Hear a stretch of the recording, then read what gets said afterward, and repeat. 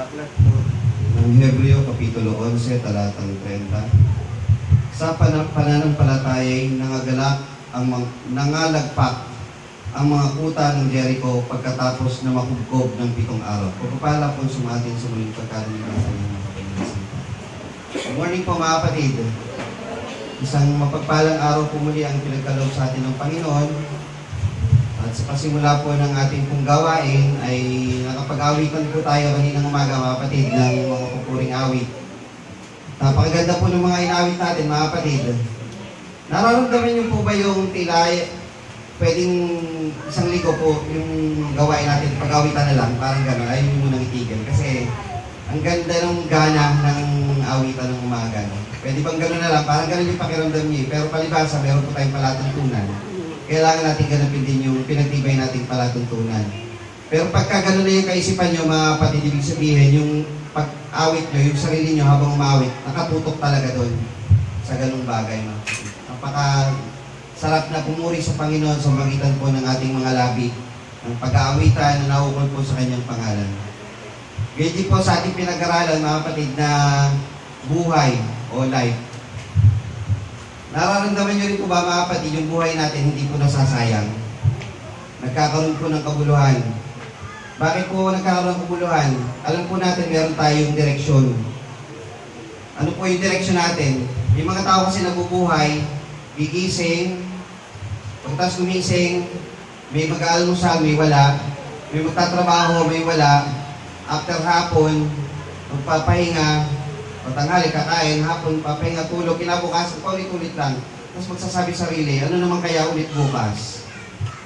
Ano naman kaya ulit bukas? Pero tayo mga kapatid, bilang mananampalataya, meron tayong direction po na nasa isip, bukod sa isang buong araw na ikot ng buhay. Napasaya mo ba ang Panginoon sa araw na ito?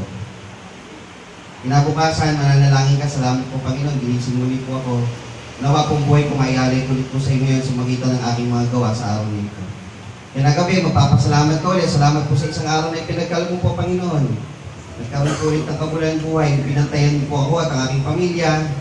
Tumadalangin po ulit ang patuloy mong pag-iingat sa bawat pong mahal sa buhay, sa aming pong buhay. Iba yung direksyon mga kapatid ng isang mananampalataya na meron kang Diyos na kinikilala. Na alam mo yung Diyos na ito nakatunghay sa iyo. Alam mo uuwi kang safe sa bahay mo at alam mong darating araw ng linggo, sasamba ka ulit magsasama-sama ng pagpuri sa Panginoon. At alam mo na pagkatapos ng mga araw na yon, pagdating sa dulo, meron kang reward na makukuha sa Panginoon, di ba? Kaya ikaw nananatili ka sa paglilingkod sa Panginoon. Nananatili ka doon kasi alam mo yung buhay mo, maiksi lang. Alam mo yung buhay mo, hindi ka immortal. Alam mo yung immortal, yung walang kamatayan. Lahat tayo mamamatay eh. Pero pag namatay yung isang mananampalataya, alam mo meron kang reward sa dulo. Yun yung makasama mong Diyos na lumikha sa iyo. Diba mga kapatid? Amen? Yan po mga kapatid yung ating pinag-aralan kanina. Kaya dapat habang ikay nabubuhay, ilagak mo sa pagtatapat sa Panginoon ng iyong buhay. Isa rin po mga kapatid sa napakasayang parte po ng buhay natin ngayong araw na to, yung pag-aawitan natin ng yung mga bata ng umawit. Diba? Amateur pa ba yan? Diba? Ang ganda na ng ano nila, diba? Yung matagal lang yung preparasyon kasi siyempre mga nag-uumpisa pa lang. Pero habang naririnig nyo na yung kanilang talentong binigay ng Panginoon, pag ginamit mo talaga sa Panginoon ang talento mo, lalo pang kikinisin ng Panginoon yan. At pag ikaw ay dating mga awit at di ka na umawit, mag-isip ka rin, baka kunin sa iyo ng Panginoon yung talentong binigay sa iyo. Kaya habang kaya mong umawit ka. Habang kaya mong magsalita para sa Panginoon, magsalita ka. Diba? Gamitin mo ng gamitin. Napakasarap umawit sa Panginoon itong mga bata na nahuhulma sa isang henerasyon ng mga bagong mananampalataya na patuloy na mag-aawitan at maglilingkod sa Panginoon. Kaya encourage natin sila mga kapatid. Kaya natin silang palakpakan ng palakpakan natin. Dahil yung pagpalakpak mo sa kanila, yun ay direktang pagpalakpak sa lumikha sa kanila at sa bawat isa na nagbibigay ng talento. Yun po yung ating Panginoon Jesucristo. Ngayon po ay ating tunghayan naman ng isang mensahe na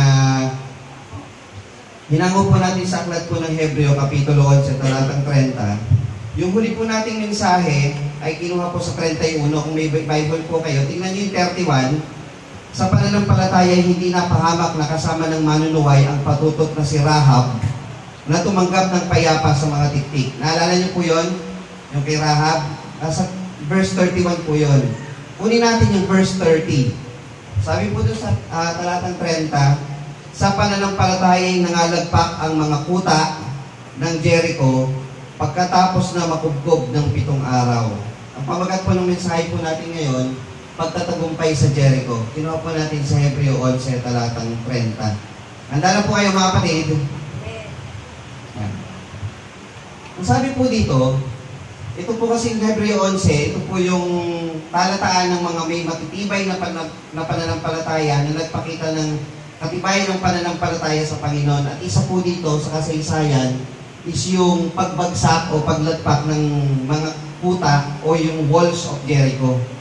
Sa pagpasok ng Israel doon sa lupang pangako, yung Kanaan, ang unang syudad o city na nandun po na kanilang madadaanan at dapat nilang sakupin para maging kanila yung lugar ay yung Jericho. Ang problema, meron po yung pader, yung syudad na yun. Mamaya papakita po natin yung tsura ng pader. Bakit problema yun? Dahil po ang Israel ay hindi po talaga bansang mandirigma. Bayan po ng Diyos, hindi man po yan nilikha para mandigma eh. Nananalo po sila sa magitan ng pananampalataya. Sa magitan ng, tulad nyo sa paghati sa dagat, kapangyarihan ng Diyos, kaya sila nakadaan doon, hindi dahil sa may bangka sila o bangko sila. Kapangyarihan ng Diyos ang sumasa kanila, kaya po sila nagtatagumpay. Isang malaking sagabal para sa kanila na masakop ang Jericho dahil po doon sa pader na nakaharang po doon. Bigyan po muna natin ng balik-aral po yung Josue. Sa pag-aaral po, mga kapatid, pagdating natin sa pagtuturo, tatalakay natin yung susunod naman na aklat, Josue. Bigyan lang muna natin ng konting introduction. Sa chapter 1, doon po namatay si Moises at ang humaliling sa kanya bilang pinuno ng Israel ay si Josue. Chapter 2, nagpadala ng tiktik si Josue papunta sa Jericho at ang nakita po nila doon ay si Rahab. Natalakay na po natin ito. Pagdating sa chapter 3 at chapter 4, tumawid na yung Israel doon sa ilog ng Jordan. Meron silang estimate po na 2 million na katao na tatawid po doon. Ang ilog po mga kapatid ay hindi po katulad ng ilog Marikina. Ang ilog Marikina kasi, sa totoo lang, ang tawag po dyan ay kanal lang, kanal. Maliit lang po yan. Pag sinabing ilog, talagang malalim po yun. So tumawid sila doon. Ang medyo malapit dito, yung pagtawid sa dagat na pula. Nanahawi din po sa dalawa yung ilog Jordan at sila nakadaan sa gitna po nun ng tuyo. Tatalakayin po natin sa mga susunod kung paano po nangyari nun at anong kaibahan nun sa pagdaan nila doon sa dagat na pula. May pagkakapareho at may pagkakaiba. Kaya pagdating sa chapter 5, nung dumating na po sila sa Jericho, ito ang kanilang nakita. Ito po yung graphic lang po ito, hindi ito yung eksakto kasi bumuho na po yun eh. Yan po yung syudad ng Jericho. Ito po yung mga pangkaraniwang bahay. Ayan. Ito yan, mga ganyan maliliit na. So estimate po dyan is 2,000 nakatao po ang nakatira. Ang height po nito ay umaabot ng mga 30 to 40 feet. Gaano po kataas yun? 30 to 40 feet. Mataas po yun. Meron po itong dalawang pader. Yung inner, outer po na wall, tsaka yung inner na wall. So, mas malapit po doon sa kaharian nila yung mga nandoon. Ito mga pangkaraniwang tao to. So, kung masakop man sila, kung sakali man, ito ang unang madadali. Masasakop nila. So, talagang protektado, pinagtibay yung Jericho. Close up. Yan. So, kung ikaw ay tao, siguro mga ganito kakaliit dyan. So, ang tanong, paano mo pababagsakin ng Jericho? Paano mo sasakupin ang bansa o ang syudad ng Jericho kung ganyan kataas ang pader? Karaniwan po, gumagamit sila ng catapult dyan. Alam niyo yung yung mga pandigma, yung nilalagyan ng bato na may apoy, tapos umahagis, pero hindi pa rin mapapabagsak yan. Ganun. So, problema talaga yan. Paano nila sasakupin? Paano sila makasusunod sa gusto ng Panginoon? Kasi sabi ng Panginoon, sakupin niyo yung Kanaan para maging inyo. O paano mo sasakupin yan kung ganyan nakaharang yung pader? Kaya yung pamagat po, yung pagsambatayan, sa pananampalataya ay nangalagpak ang kuta ng Jericho. Paano nangyari sa pamagitan ng pananampalataya? Paano sila nagtagumpay?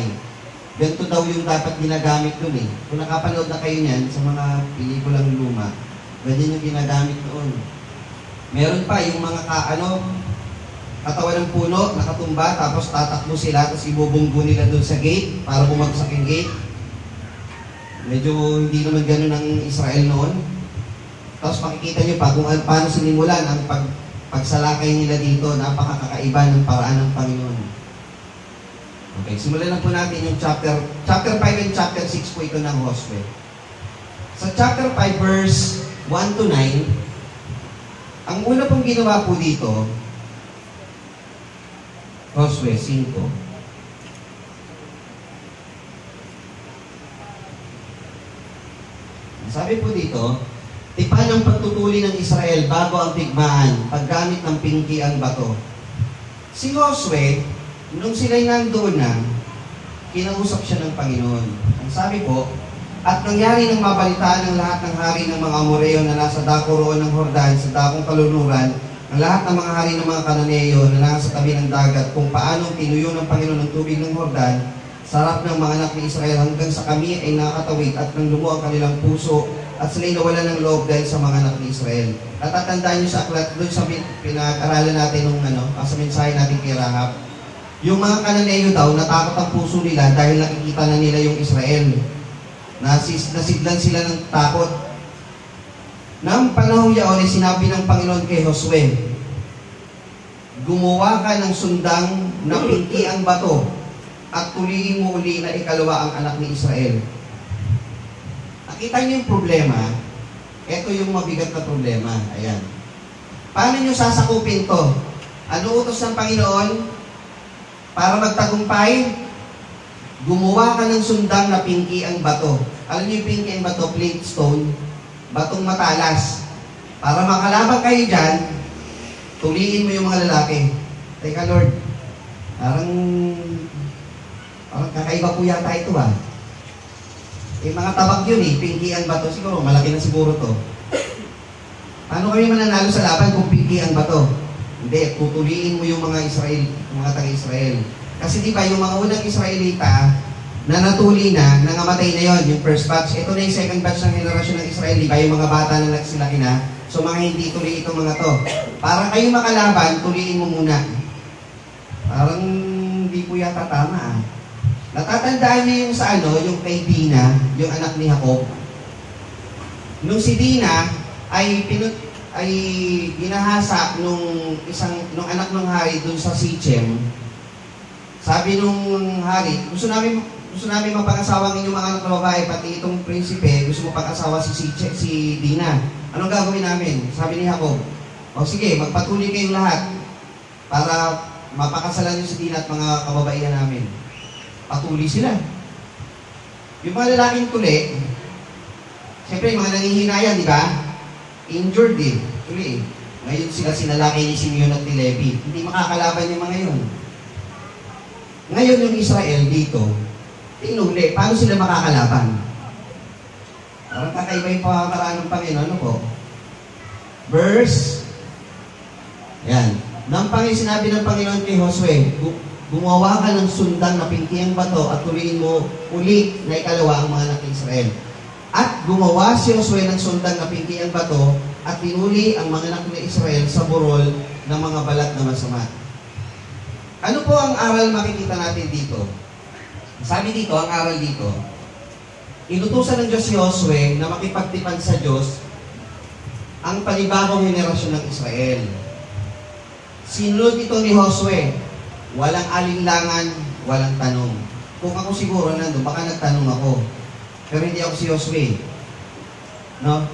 Kayo rin siguro, baka nagtatakray, ba't ganon? Yun yung unang hakbang. Para magtagumpay ka sa laban ng buhay, kailangan makipagtipan ka sa Panginoon. Hindi po pwede sa sarili mong lakas. Sabi kanina, yung buhay natin, gusto nyo magtagumpay, mga kapatid, sa ating buhay, na makarating tayo sa buhay na walang hanggan, makipagtipan muna tayo sa Panginoon. Makipagkaisa muna tayo sa Panginoon. Kung ano yung iniutos niya sa ganitong para tayo magkakaroon ng relasyon, ganun ang ating gagawin. Paano paraan, mga kapatid? Kung dito, ang tipan ng pagtutuli ang ginawa nila, gaya ng pagtipan ng pagtutuli kay Abraham, Sa Israel, ganun din ang ginawa sa magitan ni Moises. Sa iglesia, to ang anong pakipagtipan ang ginawa para sa iglesia, para ikaw ay makasama doon sa bayan ng Diyos. At isang bagong pakikipagtipan. Ano po yun? Yung pagsampalataya mo sa Kanya, pagpabautismo mo, para ikaw pwede nang sumali rito, mga kapatid. Bagong tipan sa aking dugo. E paano ka sasali rito kung hindi ka naman kapanalig sa pananampalataya o hindi ka pa nakikipagkaisa sa Panginoon? Diba? Sapagkat ang kumakain na tumiinom, may kumakain na tumiinom kasama mo ang Panginoon, nakikipagkaisa ka sa Kanya. Pakikipagtipan, makipagkaisa ka muna sa Panginoon bilang unang hakbang. So para ikaw ay magtagumpay, makipagkaisa ka muna sa Panginoon.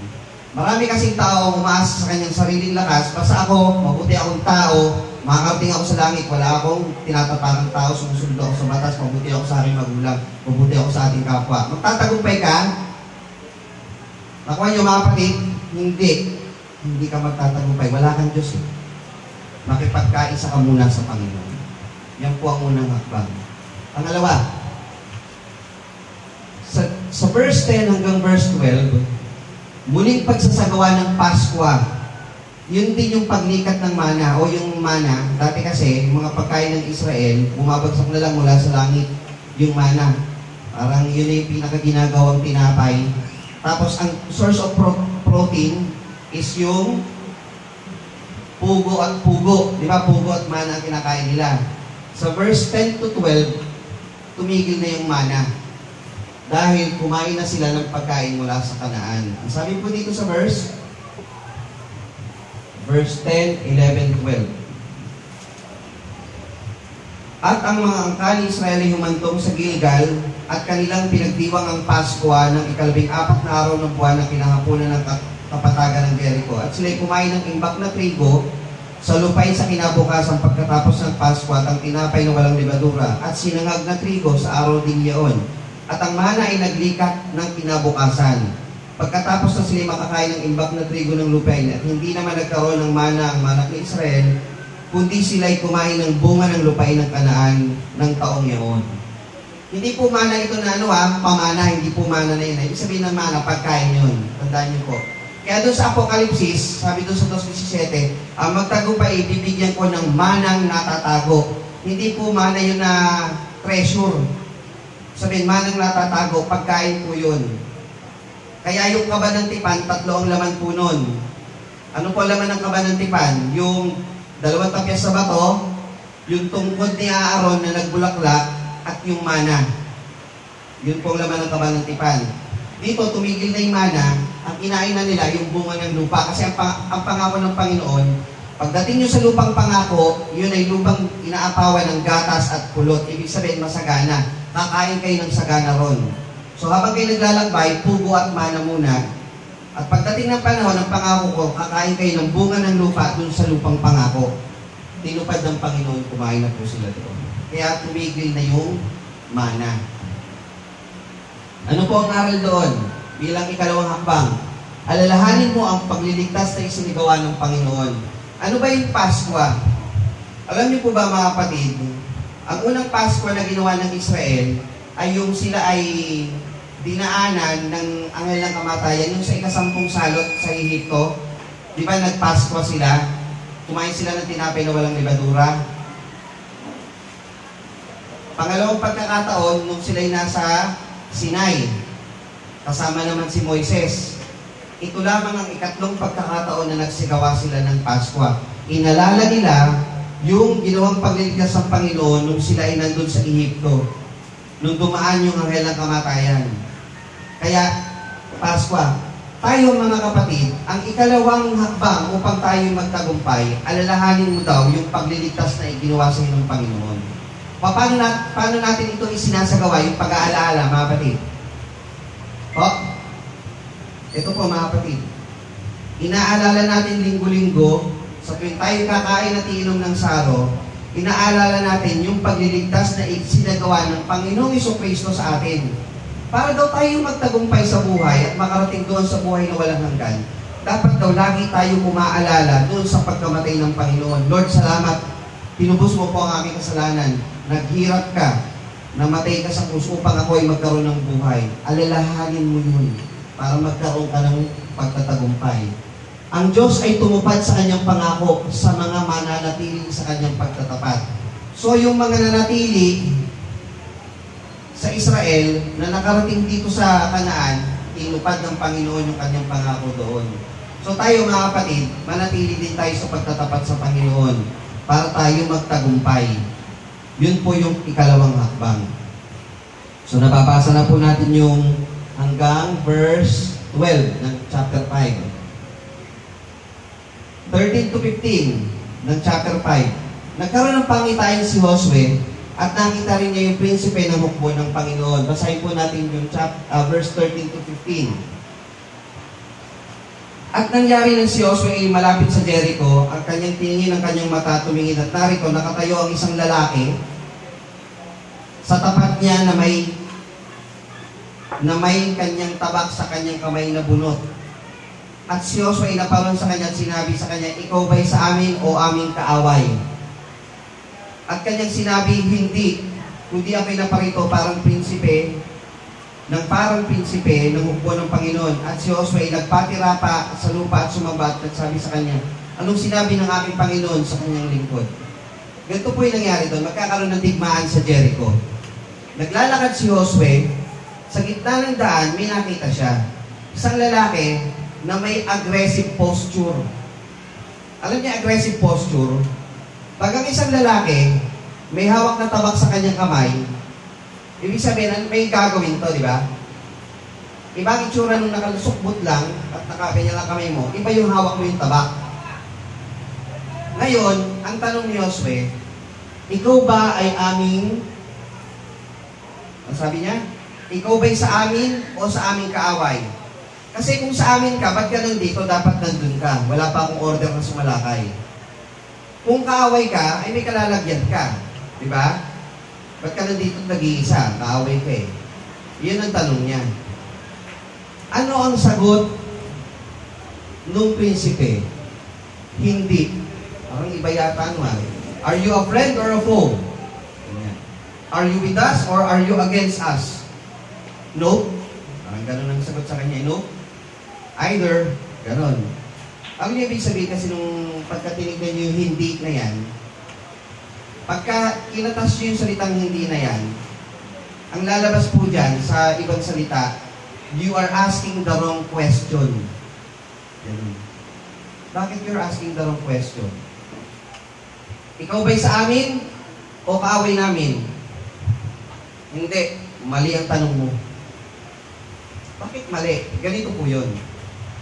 At kanyang sinabi, kundi ako'y naparito na parang prinsipe ng hukbo ng Panginoon. At si Josue ay nagpatira pa sa lupa at sumamba.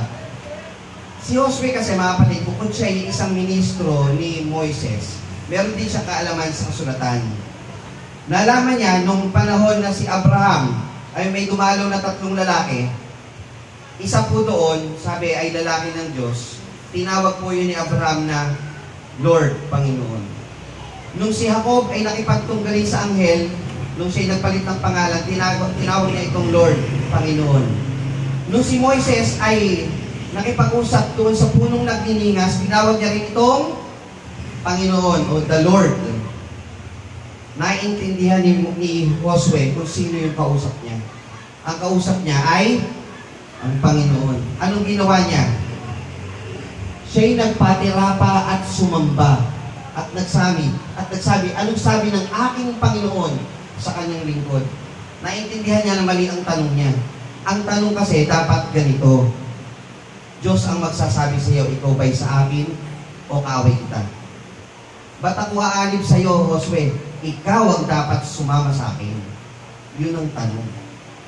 Nakuha niyo mga kapatid, dahil ang Diyos hindi papanig, ikaw ang pumanig sa Diyos. May mga tao kasi nananalangin, Lord, dapat sa amin ka po. Hindi. Manalangin ka na ikaw ay dapat nasa Panginoon. Magpasailalim ka sa Panginoon. Hindi mo uutusan ng Panginoon na mapasayo. Ikaw ang magsikap na mapasailalim sa pakpak ng Panginoon. Dahil yun ang buhay. May Diyos na pinakamataas sa bawat sa atin. Dapat nandun ka sa ilalim niya. Hindi ikaw masusunod. Ang Panginoon ang dapat masunod. Mali ang tanong niya. Kaya nung naintindihan niyang mali ang tanong niya, sumamba siya ron. Kung ito'y talagang anghel lamang, o ito'y tao lamang, sabi ng anghel kay Juan sa Apokalipsis, Juan, huwag kang lumuhod sa akin, ako'y lilingkudin kagaya mo. Sabi ng isang lalaki kay Pedro, huwag kang lumuhod, ako'y tao rin gaya mo, lingkod. Pero ito, sinaway ba siya nito? Hindi, sapagkat siya pong Panginoon na nagpunta kay Josue. Hindi siya sinaway. Nagpatira pa siya. At ang maganda rito, may tanong si Josue sa kanyang Panginoon. Anong sabi na aking Panginoon sa kanyang lingkod? Lord, anong i-instruct mo sa akin? Yan. Para magtagumpay ako, anong aking gagawin upang magtagumpay? Sabihin mo, ako yung lingkod, susunod ako. Yan ang sinasabi ni Josue. At sinabi ng prinsipe ng mga hukbo ng Panginoon kay Josue, hubarin mo ang iyong pangyapak ng iyong paa, sapagkat ang dakong iyong kinatatayuan ay banal at ginawang gayon ni Josue. Sabihin, magpakababa ka. Tanggalin mo yung pangyapak mo. Di ba ganun po ang pagpapakababa? Hubarin mo yung pangyapak mo, yung kinatatayuan mo ay banal, sapagkat ang dakong iyong kinatatayuan ay banal. So pag lumapit ka daw sa Panginoon, magpapakababa ka. Ito po yung ikatlong hakbang. Alamin mo kung kaninong panig o pumanig ka sa Panginoon. Na kaninong panig ka ba? For short, pumanig ka sa Panginoon. Pangalawa, sambahin mo muna ang Panginoong Diyos, magpakababa ka sa makapangyarihang lumalang sa iyo. Ito ang ikatlong hakbang para magtagumpay. Kuha niyo po yung flow ng pag-aanang ng mensahe na to, mga kapatid ng kasulatan. Ang ikatlong hakbang, sumamba ka sa Panginoon, magpakababa ka. Ngayon, parang ganito po yun. No? Yan, so nagpatira pa siya. Graphic lang po ito, hindi ito yung talagang itsura. Para magkaroon lang kayo ng kaisipan ko ano po yung itsura ng mga nangyayari. Chapter 6. Sabi po dito sa chapter 6, 1 and 2, ang Jericho nga ay lubos na nakukupkop dahil sa mga anak ng Israel. Walang nakalalabas at walang nakapapasok. At sinabi ng Panginoon kay Josue, tignan mo aking ibibigay sa iyong kamay ang Jericho at ang hari niyaon at ang mga makapangyarihang lalaking matatapang. Lord, sabihin mo sa akin anong gagawin ko. Anong sabi ng Panginoon kay Josue? Tignan mo aking ibinigay sa iyong kamay ang Jericho. Pansinin niyo yung tense. Naka-past tense na. Tapos na. Aking ibinigay. Pwede bang aking ibibigay pa lang? O aking ibinigay? Ano ibig sabihin ng ibinigay? Tapos na. Wala nang laban. Diba? Ang galing ng pamapatid. Kaya nga sabi po dun sa Bagong Tipan, sapagkat wala nang hatol sa mga nakay Kristo. Pag nakay Kristo ka, may hatol ka pa ba? Wala na, sabi nga po doon eh. Kaya huwag kang aalis kay Kristo. Huwag kang aalis sa kanyang pagtatapat. Gawin mo inuutos ng Panginoon para wala ka sa pagkapahamak. Ang sumasampalataya at mabautismuhan maliligtas. Pag nagpabautismo ka, ano kasunod doon? Kaligtasan yun. Diba? Sabi po dito sa verse 1 to 5, andun po yung bili ng Diyos kung paano sasakupin ng Jericho. I-enumerate na lang natin para hindi na natin basahin isa-isa. Number 1, isang ikot sa loob ng 6 na araw. Naalala niyo yung Jericho? Sa loob ng 6 na araw, iikutan mo yun ng isang beses. Unang araw, isang ikot. Pangalawang araw, isang ikot. 6 na araw na ikot. Walang magsasalita o gagawa ng anumang ingay. Habang kayo daw umiikot sa Jericho, walang magsasalita, walang gagawa ng ingay. Sabi ng ating pastor dun kanina sa pagtatapos ko ng pag-aaral, kung kutyain kayo ng kapwa nyo sa labas, kailangan nyo bang umimik sa kanila? Tuloy nyo lang. Hindi naman sila nga hatod sa inyo eh. Tama po mga kapatid? Tama, ikot lang. Walang magsasalita o walang gagawa ng anumang ingay. Diretso lang. Diretso lang. Sa ikapitong araw, 7 beses ka namang iikot. So, 7 days kang iikot, pero sa pampitong araw, 7 times. Diba? Paano ang pwesto o posisyon? Merong 7 saserdote sa unahan ng kaban. So, kung ito yung kaban, may 7 saserdote ron. At ang 7 saserdote ay may 7 pakakak o may sungay ng tupa. Parang kakaiba yata ito, no? Iikot kayo. O, halimbawa, ako na lang si Josue. Josue. Gagawin nyo, parang nasakop nyo yung, yung Jericho, 7 araw kayong iikot. Tapos, sasalakay na po kami. Hindi. Sa isang araw, ikot kayo 1 beses hanggang maka-6 na araw. Tapos, sasalakay na po kami. Hindi pa. Sa ika-7 araw, 7 beses kayong iikot. Tapos, sasalakay na po kami. Hindi pa. Dapat, sa pag-ikot ninyo, meron 7 saserdote sa unahan ng kaban.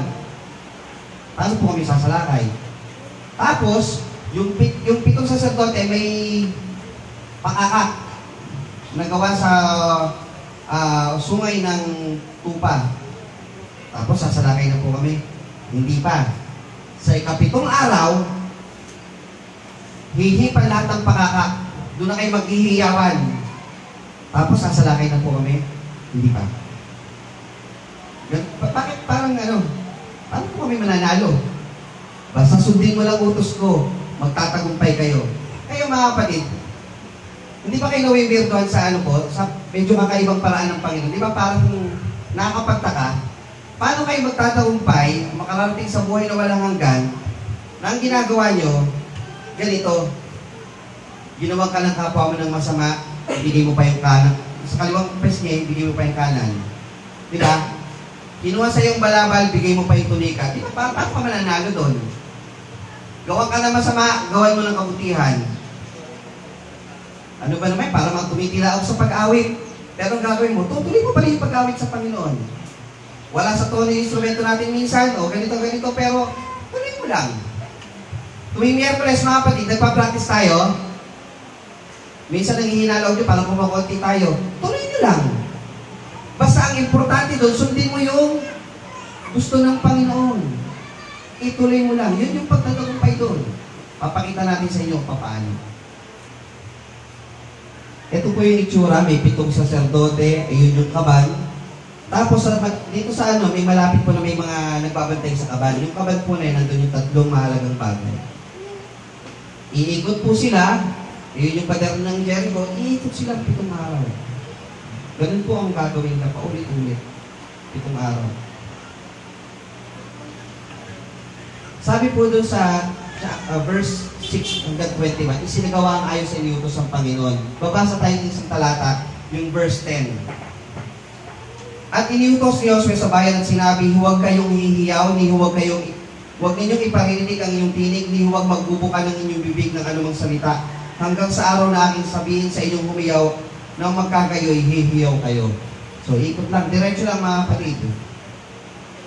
Verse 11 hanggang 13.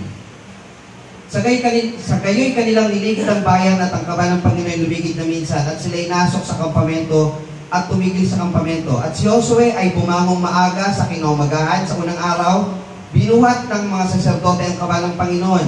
At ang 7 saserdote na may tangang 7 pakakak na mga sungay ng tupa sa unahan ng kaban ng Panginoon ay umahon na patuloy at humihip ng pakakak ang mga lalaking may sandata ay nagpauna sa kanila at ang bantay likod na sumusunod sa kaban ng Panginoon.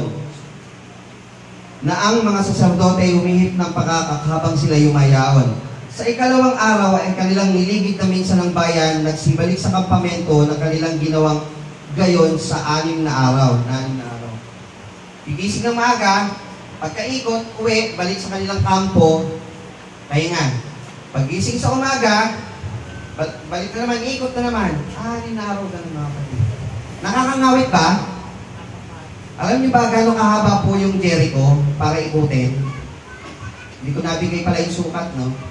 Imagine niyo po mga kapatid, yung itong buong Marikina ikutin natin. Buong Marikina. So, sisimulan natin ng SSS, ikot kayo ng Marcos Highway, papunta po doon sa Tanyong, doon sa Riverbanks, tapos pag doon sa Parang, Marikina, tapos ikot kayo sa Monterrey. Gano'ng kahaba po yung mga kapatid? Walang magsasalita. Walang magkukwentuhan. Pag kinut niya, okay sasagot. Basta ikot lang. Kaya niyo, mga kapatid? Parang ang hirap po. Verse 14, 15. At nangyari ng ikapitong araw na sila'y bumangong maaga sa pagbubukang liwayway at niligid ang bayan ng gadungding paraan ng makapito. At ng araw lamang na iyon, kanilang niligid ang bayan ng makapito. 16. At nangyari sa ikapito, nang humihip na ang mga pakakak ng saserdote, sinabi ni Josue sa bayan, humiyaw kayo, sapagkat ibinigay na ng Panginoon sa inyo ang bayan. Yan, ito po yun. So sila yun, yung maliliit na yun. Sila yung iikot parang langgam. Iniikutan nila. At sa ikapitong araw, bumagsak po na flat yung pader. 2 pader po, bumagsak flat. Talagang hindi po natin alam kung paanong siyensya ang paliwanag doon, malibang pananampalataya ang gamitin mong paniniwala para yun ay bumagsak sa magitan ng pag-ikot. Sabi po doon, pagkatapos noon sila nakapasok na, doon na nila sinalakay. Wala silang tinira. Pinatay nila po lahat doon. Ang sabi doon, at kanilang lubos na lilipol ng talim ng tabak ang lahat ng nasa bayan, lalaki, kayo din ng babae, mga binata, ganyan matanda, baka, tupa, at aso. Pinatay nilang lahat. Sino lang po natira? Si Rahab at ang kanyang pamilya na nasa loob ng bahay. Natatandaan niyo noon, dahil yung bahay, mayroon pong pulang tali. Parang doon po sa Ehipto, di ba pinunasan ng pulang dugo yung pinto. Sino man ang nasa loob ng bahay na yon, hindi mamamatay po doon. So sila, hindi rin namatay. Sa iglesia, hindi kayo mamamatay po sa ikalawang kamatayan pag kayo po'y nandun sa dugo ng Panginoon. Tandaan niyo po yung mga kapatid. Dapat po napailalim kayo sa pakikiisa sa Panginoon. Yung pula naman doon, yung dugo ng Panginoon. Si Rahab lamang po ang naligtas doon. Ngayon, paano magtatagumpay sa isay na po natin? Una, pakinggan mo at sundin ang utos ng Panginoon. Makipagtipan ka sa Kanya, alalahanin mo ang Kanyang kadakilaan at ang Kanyang pagliligtas. Panghawakan mo ang Kanyang pangako. Siguraduhin mo na ikaw ay nasa ilalim ng kapangyarihan ng Panginoon. Dapat nasa panig ka niya. Hindi mo dapat isipin na lahat ng church na nandiyan sa paligid, lahat yan kaligtasan ng punta. Hindi po, iisa lang ang katawan ng Panginoon. Iisa lang ang kanyang ililigtas. Iisa lang ang kanyang iglesyang itinayo. Yun ay ang kanyang katawan. Yun, di ba, ang iglesia ng Panginoong Jesucristo. Dapat nandun ka lang. Magpakababa ka at sambahin mo siya. Kailangan pag nandito ka, sumasamba ka, magpapakababa ka para kayo magtagumpay. Habang nagpapatuloy ka sa iyong buhay, darating yung panahon, panghinaan ka ng loob, kukutsain ka ng tao, gaya ng closing natin pag-aaral kanina. Minsan, ikaw na rin mismo kalaban mo eh. Magre-reklamo kayo, ulit-ulit na lang, ganito na lang. Ulit-ulit. Hindi nga ako magaling kumantay, ba't pa ako pinakakanta? Awit ka lang mga kapatid. Ayoko nga mag-practice, ba't pinagpa-practice ako? Mag-practice ka lang, sumama ka sa gawain ng Panginoon. Yan ang utos ng Panginoon. Malibang ayaw mo magtagumpay, bahala ka. Pero anong utos ng Panginoon? Makiisa ka. Huhusgan ka ng ibang tao. Mararamdaman mo yan. Naisin ng iba na ibagsak ka, mararamdaman yan. Pero, isipin mo, yan pa lang yung unang araw. Ilang araw iikot? 7. Isipin mo, yung mga nararamdaman mo na sa unang araw mo pa lang yan. Tapos, 2 araw. Diretso ka lang. Ikot ka lang sa iyong buhay. Magpatuloy ka sa iyong buhay. Darating po yung 7 araw. Ang araw ng pagtatagumpay. At ikaw ang mananatiling nakatayo. Tandaan nyo mga kapatid. Pag nahihirapan ka, isipin mo, unang araw pa lang to. Gaya ng Israel na umiikot sa Jericho. Babagsak din ang mga kalaban na kumukutya sa iyo. Malilipol silang lahat. Ika'y mananatiling nakatayo, ika'y mananatiling sa pagliligtas ng Panginoon dahil nasa ilalim ka niya. Ang ililigtas ng Panginoon yung kanyang katawan, manatili ka sa kanyang katawan, manatili ka sa kanyang pakpak, manatili ka sa kanyang pag-ibig. Sa 7 araw o sa araw ng pagtatagumpay, sabi dito sa isang talata, sa isang sandali, sa isang isang mata, sa huling pagtulog ng pakaka. Naalala niyo mga kapatid, sa ikapitong araw, patutulugin na, hihipa na mga pakaka. Ang mga patay ay mga bubuhay na maguli na walang kasirahan at tayo'y babaguhin. Sarap mga kapatid. Tandaan nyo, may araw ng pagtatagumpay. Hindi natin ipipredict kung kailan ang panahon, pero may panahon ng pagtatagumpay. At yan ang ninanais natin makasama tayo roon. Sabi sa isa pang talata, sapagkat ang Panginoon din ay bababang mula sa langit na may isang sigaw, may tinig na arkanghel, at may pakakak ng Diyos, at ang nangamatay kay Kristo ay unang mga bubuhay na maguli. Kung magkagayon tayong nangabubuhay na nangatitira, ay aagawin kasama nila sa mga alapaap upang salubungin ang Panginoon sa hangin. Sa ganito isa sa Panginoon tayo magpakailanman. Gusto niyo yung mga kapatid, sumunod tayo sa Panginoon. Di ba? Gusto niyo magtagumpay, pabagsakin natin yung Jericho. Pabagsakin natin yung mga bagay na humahadlang sa atin para tayo magtagumpay. Huwag natin silang pansinin. Tumuloy tayo sa ating buhay na naglilingkod sa Panginoon. Amen? Amen. Sabi po dito mga kapatid, balikan natin yung ating pagsambatayan. Sa pananampalataya, nangalagpak ang mga kuta ng Jericho. Yung mga patibayan ng mga maling paniniwala at mga pagharang nila sa ating pananampalataya ay pababagsakin ng Panginoon sa magitan ng ating matibay na pananampalataya sa kanyang pagtatapat. Sa kanyang mahal na pangalan, dinitiba ang ating Panginoong Jesucristo. At pagkatapos ng mga kugkog na 7 araw, ibig sabihin, ang buhay natin dadating sa finals. Dating tayo sa isang araw na ating pinakananasa. Yun po ay yung araw ng ating pagtatagumpay. Muli, pagpalain tayo ng ating mahal na Panginoong Jesus. Tayo po sama-samang tumindig, awitin po natin ang tinapay ng Panginoon.